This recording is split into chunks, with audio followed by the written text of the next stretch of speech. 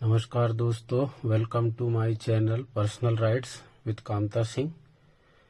आज हम इस वीडियो पर जो है बांध को निरस्त करने के विषय पे जानेंगे, समझेंगे उसके एजेंडास वगैरह क्या तो करते हैं। साथियों, इस वीडियो पर हम ये जानेंगे कि इन बांध, नहर और सिंचाई परियोजनाओं को निरस्त करने के लिए हमको जो ये 9 पॉइंट जो हैं, जो मैंने बनाए हैं, इन पे हमको विचार करने की जरूरत है। और ये विचार का विषय इसलिए है क्योंकि हजारों लाखों एकड़ जमीन जो है हमारे आदिवासी ट्राइबल क्षेत्र के लोगों को छोड़कर जो है जाना पड़ता है। मुआवजा भी मिलती है तो उचित मुआवजा नहीं मिलता है। मैंने बहुत सारे बांधों का विरोध देखा हुआ है, बसनिया का, मटियारी का, वर्षा डैम का, मरवारी का। तो इन बांधों को देखते हुए लोग जो है अपनी आवाज जरूर उठा रहे हैं, रोड पर जो है भीड़ इकट्ठा करके प्रदर्शन कर रहे हैं, कलेक्ट्रेट के पास जाकर धरना रख रहे हैं, है ना। तो इन सब चीजों को करना जरूरी है, लेकिन कुछ एक ऐसे फैक्टर हैं जिससे सरकार भी घुटना टेक देगी। कुछ ऐसे विषय हैं जिनके बारे में मैंने बताया है, 9 पॉइंट्स हैं। इस वीडियो में आपको सीखने को मिलेगा, जैसे ग्राम सभा का आयोजन और प्रस्ताव पारित करना, स्थानीय और जिला अधिकारियों से संपर्क करना। तीसरा है विधेयक मार्ग जैसे कानूनी सलाह और पीआईएल जैसे हैं। चौथा मुद्दा है आरटीआई का। पांचवा है मुआवजा और पुनरावास का। और छठवा जो मुद्दा है पर्यावरण प्रभाव आकलन, जिसे EIA रिपोर्ट भी कहते हैं, है ना। सातवां पॉइंट है हमारा मीडिया और सामाजिक संगठनों का समर्थन लेना। और आठवां है विरोध और प्रदर्शन कैसे करना है। और नौवां जो है हमारा सरकारी योजनाओं और नीतियों के बारे में जानकारी प्राप्त करना।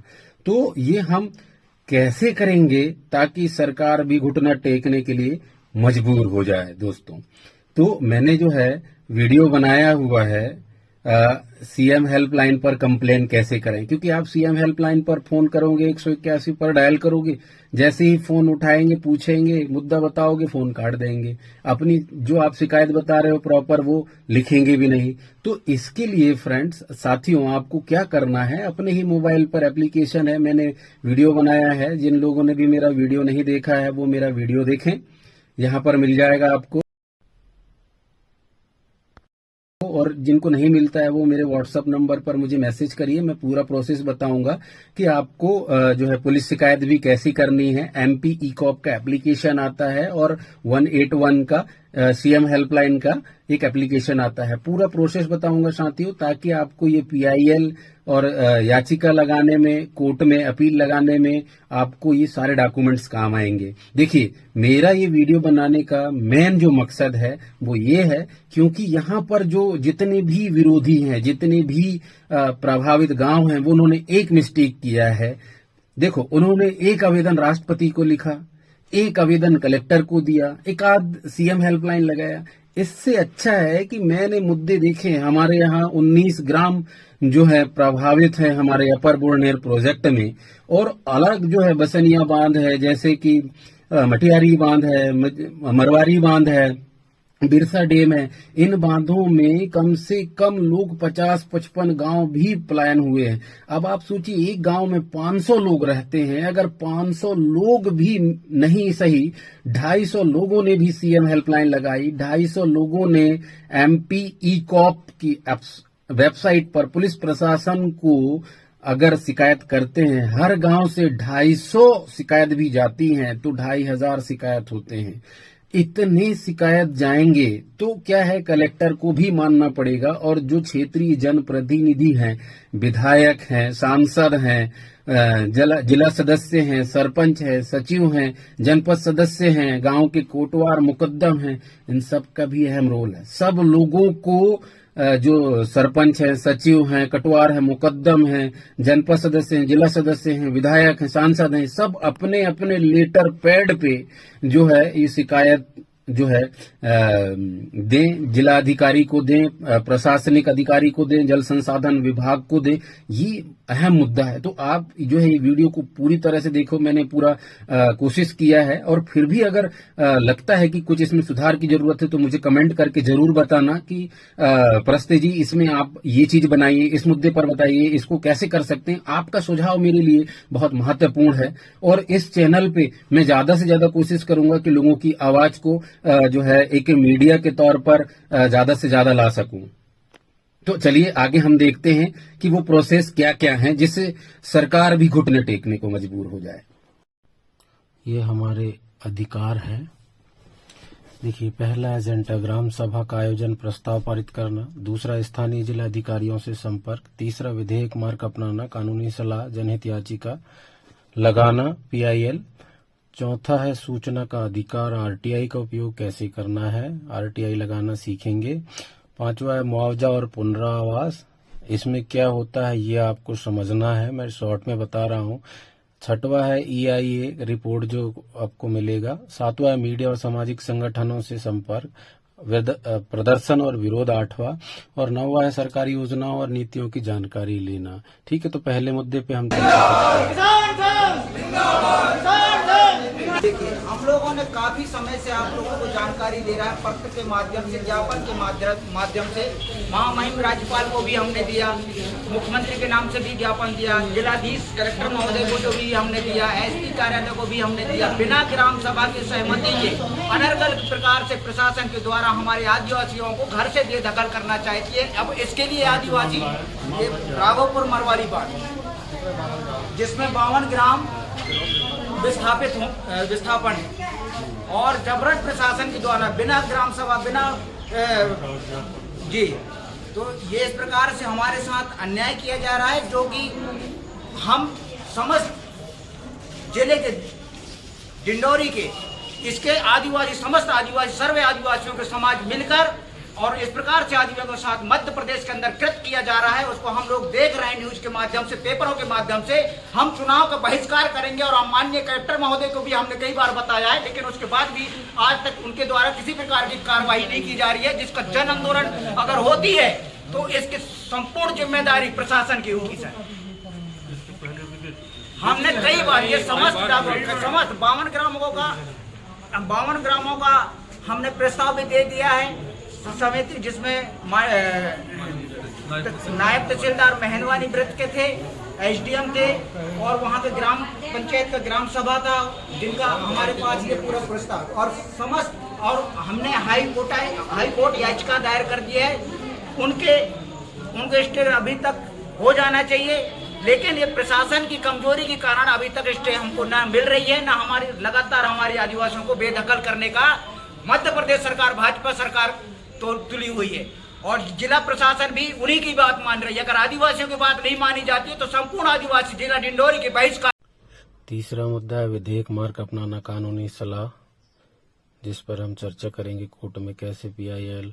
चौथा, RTI कैसे लगाना है। ये पूरा प्रोसेस आपको समझना है, आप गूगल करके देख सकते हैं मुआवजा और पुनरावास के बारे में। परियोजना बंद करो, हम अपना अधिकार मांगते, नहीं से भीख मांगते, अभी तो लड़ाई है, आगे लड़ाई है, हमारी मांगे पूरी करो, हमारी मांगे पूरी करो। हमारे यहाँ पुलिस आ रही, दावा डाल रही, और का नाम से मिलिट्री भी आ रही है, मैडम लोग आ रही, हमारे ऊपर दावा डाल रही, काम चालू होने दो। क्यों होने दो काम चालू?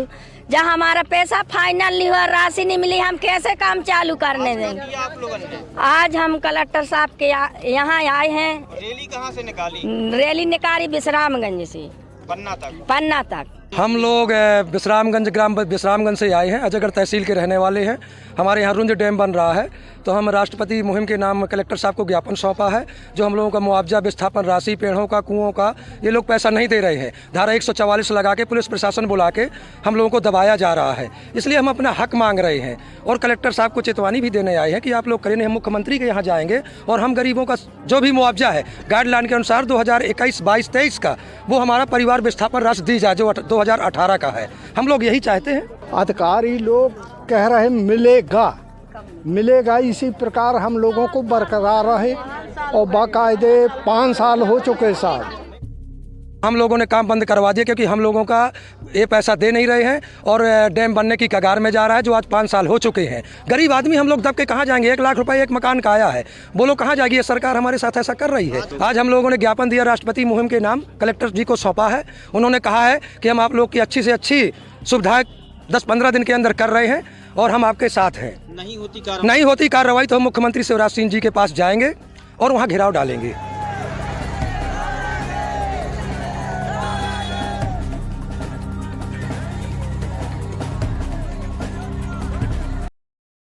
छठवां है पर्यावरण प्रभाव आकलन। इसका रिपोर्ट मांगे अधिकारी से, अगर नहीं है तो ये गलत तरीका है। 7वां है मीडिया का साथ लेना समर्थन। क्या है पूरा मामला? देखिए, नर्मदा घाटी में 29 बड़े बांध मध्य प्रदेश के हिस्से में बनाने का है। उसमें से 10 बांध बन चुका है, 5 बांध अंडर प्रोसेस है। 15 बांध में लाखों परिवार उजड़ चुके हैं। लगभग 4 बांधों में 56,000 हेक्टेयर जंगल डूब चुका है। अब ये बसनिया बांध, जो कि 3 मार्च 2016 को मुख्यमंत्री ने विधानसभा में लिखित में कहा है कि हम 7 बांधों को निरस्त करते हैं, इसलिए निरस्त करते हैं कि यहाँ पे भारी मात्रा में जंगल डूब रहा है, नए भू अर्जन कानून के कारण से लागत बढ़ रहा है और हम इसको निरस्त करते हैं। ऐसा उन्होंने विधानसभा में दिया है, लिखित में दिया है, जो कागज हमारे पास है। आज मुख्यमंत्री को दोबारा रिमाइंड करने के लिए हम लोग दे रहे हैं। दूसरी बात यह है कि देखिए, इसमें तो जो सिंचाई की बात की जा रही है, जितनी जमीन डूब रही है और जितनी सिंचाई हो रही है, मात्र 2.5, जितनी जमीन डूब रही है उससे 2,500 हेक्टेयर जो है सो एक्सेस जमीन में सिंचाई होगी। क्या 2,500 हेक्टेयर के लिए ये जो है सो इतने बड़े समुदाय को, लगभग 3,000 परिवार को डुबाना, ये क्या वाजिब है? क्या ये सवाल लेकर के आज यहाँ के आदिवासी लोग आए हैं। ये कह रहे हैं कि भाई केवल मंडला को विस्थापन ही क्यों मिलेगा? 95 गाँव आपने बरगी में डुबा दिया, कान्हा में हटाया है, फेन में हटाया है, इस प्रकार से मनेरी में हटाया है। तो विकास के नाम पर केवल आदिवासी बलि चढ़ेंगे क्या? ये इनका विरोध है और कह रहे हैं कि भाई हमें बरगी बांध से हमको क्या मिला? 95 गांव मंडला में डूब में आए तो उससे कुछ मिला क्या? मंडला को, मंडला का लाभ मिला क्या? हम मानते हैं कि मंडला और डिंडोरी में बहुत ही कम इरिगेशन है, तो सरकार को लिफ्ट इरिगेशन करके यहाँ पे पानी देना चाहिए। निमाड़ और मालवा में 37,000 करोड़ का प्रोजेक्ट चल रहा है केवल लिफ्ट इरिगेशन का। बांध के अलावा सरकार यहाँ पे क्यों नहीं दे रही है? सरकार यहाँ पैसा पूंजी क्यों नहीं लगा रही 37,000 करोड़ में? यहाँ मंडला के आदिवासी, क्योंकि हमारे जनप्रतिनिधि आवाज नहीं उठाते हैं, हमारे नेता आवाज नहीं उठाते हैं। निमाड़ और मालवा के दबंग जनप्रतिनिधि है, वो अपना पैसा ले जाते हैं साहब। तो क्या ये जो पूरा आदिवासियों के साथ जो अन्याय हो रहा है, अब ये आदिवासी जाग गए हैं भैया। अब ये सब व्हाट्सएप पे, सोशल मीडिया पे जागरूक हो गए, अब ये रुकने वाले नहीं है। ये बताइए क्या बांध है, कौन कौन इससे प्रभावित हो रहा है? ये देखिए, ये बांध जो है, ये बसनिया बांध जो है ओढारी में बन रहा है, मोहगांव ब्लॉक में। इससे 18 गांव मंडला के डूब रहे हैं और 13 गांव डिंडोरी के डूब रहे हैं। और इसमें से जो है सो लगभग 6,500 हेक्टेयर जंगल पूरी जमीन डूब रही है। तो इसको लेकर के विरोध, और अभी जो केवल फिजिकल सर्वे नहीं हुआ है, ये टोपो सीट पे सर्वे करके बता रहे हैं कि ये गांव डूब में आएगा। बरगी का अनुभव है, उस समय 101 गांव कहा था, 162 गांव डूब में आया था। तो जब ये भौतिक रूप से जब ये पूरा बनाएंगे डिजाइन, तो ये गांव बढ़ेगा, जमीन बढ़ेगा और डूब क्षेत्र बढ़ेगा। इस गांव को लेकर अभी क्या करंट प्रोसेस हुई है कि आप लोग सब? नहीं, देखिए क्या है कि अभी पेशा कानून मुख्यमंत्री शिवराज सिंह चौहान कह रहे हैं कि हमने लागू कर दिया, और इस गांव को एक को पता नहीं है कि हमारे गांव में बांध बन रहा है साहब। सरकार का कोई अधिकारी इनके गांव में नहीं गया पूछने के लिए कि भाई हम तुम्हारे यहाँ बांध बनाए कि नहीं बनाए हैं। और अभी जो है तो सरकार जो है सो 24 नवंबर 2022 को एफकॉन कंपनी, जो मुंबई की कंपनी है, उससे उन्होंने अनुबंध कर लिया है। ये क्या है साहब? गांव को कॉन्फिडेंस में लिया, आप पैसा चिल्ला रहे हैं और गांव के लोगों को पता ही नहीं है। ये पैसा का माहौल है। आप गांव के लोगों से पूछिए ना, अगर ये सहमत होते हैं तो बांध बनाओ, असहमत होते तो बांध बनाओ। और ये मुख्यमंत्री जी ने भाषण में कहा है, ये उनका वीडियो भी है, कि अगर गांव के लोग असहमत हैं तो बांध नहीं बनेगा, किसी भी कीमत पे नहीं बनेगा। हमारा 8वां है विरोध प्रदर्शन कैसे करना। बड़े दुर्भाग्य का विषय है कि आज इस आदिवासी समुदाय की, जो इस देश का मालिक है, जो इस देश का शासक है, जो इस देश का वारिस है, उस मालिक की जमीन को हड़पने के लिए सरकार के कुछ चाटुकार लोग हमारी जमीनों को अधिग्रहण कर रहे हैं। मैं आपको बताना चाहता हूं कि आपके मंडला के जो तहसील घुघरी है, वहां पर बर्जर से 158 एकड़ जमीन का अधिग्रहण किया जा रहा है। धलगांव से 171 हेक्टेयर जमीन का अधिग्रहण किया जा रहा है। अठारी से 242 हेक्टेयर का जमीन का अधिग्रहण किया जा रहा है। उमरीड से 116 हेक्टेयर जमीन का अधिग्रहण किया जा रहा है। रामपुरी से 145 हेक्टेयर का जमीन का अधिग्रहण किया जा रहा है। बिलगाड़ा रैयत से 43 हेक्टेयर का जमीन का अधिग्रहण किया जा रहा है। साथियों, इसी तरह आपके मंडला डिंडोरी क्षेत्र से कई गांवों से हमारी जमीन का अधिग्रहण ये सरकार के कुछ चाटुकार लोग कर रहे हैं। मैं आज आपसे सवाल करना चाहता हूं सरकार के लोगों से कि संविधान का आर्टिकल 13 रूढ़ी प्रथा के क्षेत्रों में जमीन अधिग्रहण करने के लिए क्या आपको इजाजत देता है? नहीं। क्या इनको इजाजत देता है? नहीं। क्या रूढ़ी प्रथा के क्षेत्रों की जमीनी का अधिग्रहण सरकार का जो नौकर है वो क्या कर सकता है? क्या नहीं कर सकता है। आज बड़ा दुर्भाग्य का विषय है कि यहाँ का जो मंडला का जो कलेक्टर है उसे संविधान की संवैधानिक समझ नहीं है। इसी वजह से इंग्लिश लॉ सिस्टम के तहत आदिवासियों के रूढ़ी प्रथा के क्षेत्रों में इंग्लिश लॉ सिस्टम के तहत अधिसूचना भी जारी की है। 8 गांव की जो अधिसूचना जारी की है, संविधान इसे अवैध और संवैधानिक घोषित करती है। और देश के अंदर अगर कोई व्यक्ति, चाहे वो कलेक्टर हो, चाहे तमाम कोई भी पदाधिकारी हो या कोई प्राधिकरण हो, अगर देश के अंदर असंवैधानिक काम करता है और वो सुप्रीम कोर्ट की अवमानना करता है तो आर्टिकल 141 के तहत वो उच्चतम न्यायालय की अवमानना करता है। और ऐसे असंवैधानिक काम करने वाले के ऊपर देश के अंदर 124A के तहत देशद्रोह का मुकदमा दायर किया जाए। आज आपको बताना चाहता हूँ, जो आदिवासी समुदाय है, आदिवासी समुदाय की जमीन है वो गैर आदिवासी को हस्तांतरित हो ही नहीं सकती। 21 नवंबर 2003 अमरेंद्र प्रताप तेजपुर बहादुर का सुप्रीम कोर्ट का जजमेंट आया हुआ है। उसने बोला है कि आदिवासियों की जो जमीनें हैं वो गैर आदिवासियों को हस्तांतरित हो ही नहीं सकती। जब गैर आदिवासियों की जमीन हस्तांतरित नहीं हो सकती तो क्या जो कलेक्टर है या जो सरकार के जो लोग है क्या वो आदिवासी है? अगर आदिवासी है तो साबित करें कि हम एक आदिवासी है। अगर ये आदिवासी है तो साबित करें, नहीं तो हम साबित करेंगे कि हम कौन है। लगातार हम देखते आ रहे हैं, लगातार कई सालों से बड़े बड़े बांधों के नाम पे, बड़े बड़े टाइगर रिजर्व के नाम पे, बड़े बड़े राष्ट्रीय उद्यानों के नाम पे आदिवासियों की जमीन से उनका विस्थापन किया जा रहा है। लगातार हम देखते हैं किस तरीके से आदिवासियों के साथ इस शासन सत्ता के लोग, इस सरकार के लोग हमारे साथ शोषण, अत्याचार, बलात्कार करते हैं। और आज इस सभा के माध्यम से, ये तमाम गणमाना की महाग्राम सभा के माध्यम से यहाँ के कलेक्टर महोदय को ये ग्राम सभा के लोग ये आदेशित करते हैं कि रूढ़ी प्रथा के क्षेत्रों की जमीनों को आप अधिग्रहण नहीं कर सकते हो। अगर आप ग्राम सभा के खिलाफ में जाते हो तो सुप्रीम कोर्ट ने बोला है ना लोकसभा ना विधानसभा, सबसे ऊंची ग्राम सभा। और सुप्रीम कोर्ट ने यह भी बोला है आर्टिकल 141 के तहत अगर कोई उच्चतम न्यायालय की अवमानना करता है या सुप्रीम कोर्ट के द्वारा दिए हुए जजमेंटों की अवमानना करता है तो देश के अंदर उसके ऊपर 124A के तहत देशद्रोह का मुकदमा दायर होता है।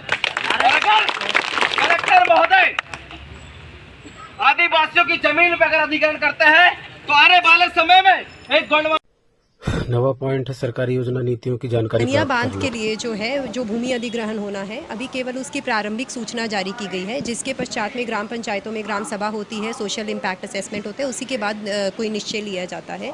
इसी में हमने कुछ देखा है कि कुछ तत्व ऐसे हैं जो शायद उनको गुमराह करने की कोशिश कर रहे हैं और ऐसा बताने की कोशिश कर रहे हैं कि ये भूमि अधिग्रहण का फाइनल आदेश है, जो कि ये बिल्कुल भी नहीं है। ये जो भूमि अधिग्रहण का केवल प्रारंभिक एक सूचना है, जिससे सर्वे चालू होगा और सोशल इम्पैक्ट असेसमेंट जो सामाजिक आंक्षेक्षण है वो होगा।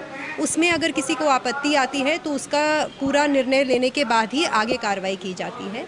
इसमें मंडला जिले के जो अढारी से प्रमुख ग्रामीण आए थे, हमने उनको पूरे अच्छी तरह से समझाया है। जो कुछ अन्य जिलों से लोग भी आए थे उन्हें भी ये समझाया गया है कि आप ग्रामीणों को कोई अन्य बात बताकर भड़काने की कोशिश न करें और जो भी निर्णय लिया जाएगा वो जनता के विकास के लिए, उनकी भलाई के लिए और ग्राम पंचायत में उनकी पूरी सहभागिता सुनिश्चित करते हुए ही आगे निर्णय लिया जाएगा।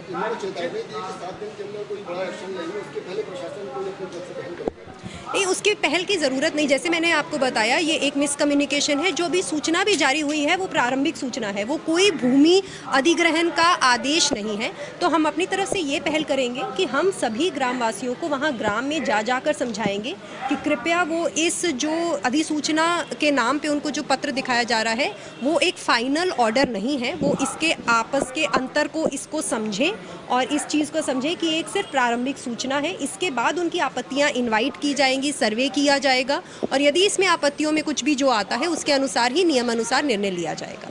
धन्यवाद। तो इस तरह पूरा प्रोसेस रहा दोस्तों।